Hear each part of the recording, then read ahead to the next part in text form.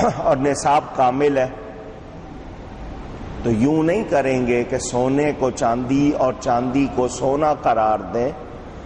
دونوں کی ملا کر مجموعی مالیت اگر 52.5 تولے چاندی کے برابر ہو جائے تو زکوٰۃ کا نصاب ہو گیا.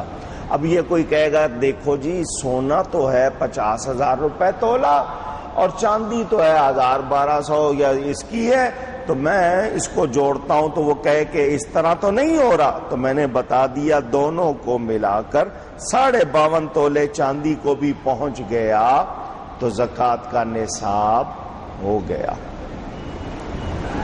10 تولے چاندی، 1 تولے سونا، 1,000 نقدی، یہ سب ملا کر، یہ تو میں نے ایسے ہی تعداد بتائی نا آپ کے پاس، ان چاروں میں سے ملا کر 52.5 تولے چاندی کی مالیت آج کے حساب سے، جب خریدی تھی تب نہیں، آج کے حساب سے دیکھ کر آپ کو دیکھنا ہے اس نصاب پورا ہو گیا، زکوٰۃ شروع ہو گئی. چاندی کی قیمت کا سونا فرض کر لیں، سونے کا نصاب پورا ہو جائے. سونے کی قیمت کی چاندی فرض کر لیں، چاندی کا نصاب پورا ہو جائے تو زکوٰۃ فرض ہو جائے گی، ورنہ نہیں. بہت آسان کر کے بتا رہا ہوں، سمجھدار جو دیتے ہیں وہ سمجھ لیں گے. مال تجارت، جو بیچنے کی چیزیں، اس کی قیمت جتنا قرض ہو، جتنا سامان ہے اتنے ہی قیمت. مثلا 1 لاکھ روپے کا سامان ہے اور 1 لاکھ ہی قرض ہے، یا نقد رقم ہو، آپ کے پاس 1 لاکھ روپیہ نقد ہے اور 1 لاکھ روپے کا ہی قرضہ ہے آپ پر، تو قرض نکالا تو پیچھے کچھ نہیں بچا، نصاب نہیں ہوا. اور اگر قرض نکال کر جو آپ کے پاس سامان یا نقدی ہے وہ نصاب کو پہنچ جائے تو زکوٰۃ ہوگی، ورنہ نہیں. آسان ہے، سمجھ آ رہی ہے نا بات؟ جہاں آپ کو مشکل لگے بتا دیجیے گا. جو مال ہلاک ہو گیا، آگ لگ گئی، بارش ہوئی، سیلاب آیا، زلزلہ آیا، یا کسی اور طرح ضائع ہو گیا، اس کی زکوٰۃ ساقط ہو گئی، یعنی ختم ہو گئی. جس قدر ہلاک ہوا اس کا. اب یہ کہ اس میں سے جو بچ گیا وہ سارا شمار نہیں کریں گے. ہلاک کہتے کس کو ہے؟ پہلے یہ جان لیں، جس میں مالک نے خود کوئی کاروائی نہ کی ہو، خود اس نے شارٹ سرکٹ کر دیا گورنمنٹ کو دکھانے کے لیے کہ میں انشورنس سے وصول کر لوں گا، ٹیکس سے بچ جاؤں. خود اگر اس کا کوئی فعل ہے ضائع کرنے میں، نقصان دینے میں، تو پھر وہ ہلاک شمار اونچی، یعنی کوئی ہیرا پھیری نہیں چلے گی. کسی فقیر اور مفلس کو قرض دیا، جب اس نے مانگا مجھے ضرورت ہے، آپ نے اس کو قرض دیا اور پورا معاف کر دیا، جتنا دیا تھا سارا معاف کر دیا، تو اتنی زکوٰۃ ساقط ہو جائے گی. 5,000 دیا، 5,000 معاف کر دیا تو وہ 5,000 کی زکوٰۃ ساقط ہو گئی. نابالغ بچے کے پاس اس کی ملکیت میں، اونرشپ میں جو ہے اس پر زکوٰۃ نہیں. اکثر لوگ یہی کرتے ہیں، اپنے بچوں کے نام لگا دیتے ہیں زکوٰۃ سے بچنے کے لیے. مائیں کیا کرتی ہیں، 2 بیٹیاں ہیں، 1 بیٹا ہے، یا جتنے بھی ہیں، سونا ان پہ تقسیم کر دیا، 7.5 تولے نہیں ہونے دیا، 7 تولے کر دیا اور زکوٰۃ بچا لی، اور اب خود بھی استعمال کرتے رہے. جب ان کو مالک بنا دیا تو اب ان کا ہو گیا. آپ ان سے لے کر پہن تو سکتے ہو، لیکن اب آپ اس پر تصرف نہیں ہے، وہ مالک ہیں، تب تو ٹھیک ہے. اور صرف ایسے ہی نام لگا دیا زکوٰۃ سے بچنے کے لیے، تو کس کے ساتھ ایسا کر رہے سوچنا چاہیے. تاہم نابالغ بچے کی ملکیت پر، اس کی جس چیز کا وہ مالک ہے اس پر زکوٰۃ نہیں. سال بھر بندہ خیرات کرتا رہا، فقیروں کو، غریبوں کو دیتا رہا، بعد میں سال بعد سوچا کہ میں نے جو دیا اس پہ زکوٰۃ کی نیت کر لوں تو ایسا ہو سکتا نہیں. دیتے وقت نیت ضروری ہے. نیت دل کے پکے ارادے کا نام ہے، زبان سے کہنا ضروری نہیں.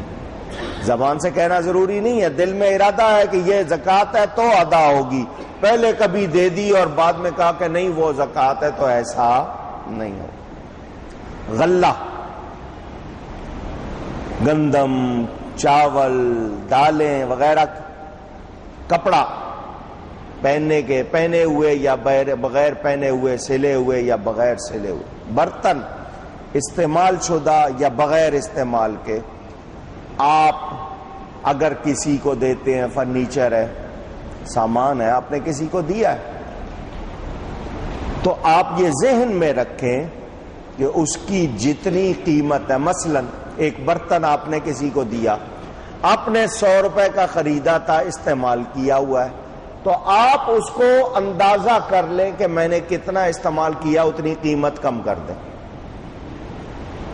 زیادہ استعمال کیا ہے تو 25% لگا لیں، کم استعمال کیا ہے تو 50% لگا لیں. آپ وہ رقم شمار کر کے اس کو وہ جو دے رہے ہیں اللہ کی راہ میں، آپ وہ زکوٰۃ شمار کر سکتے ہیں. کپڑا دے رہے ہیں، عورتوں میں یہ بہت بڑے مسئلے ہوتے ہیں، انہوں نے 1-2 مرتبہ جو کپڑا پہن لیا دوبارہ پہننا نہیں ہوتا، وہ دینا چاہتی ہیں تو زکوٰۃ میں دے سکتی ہیں.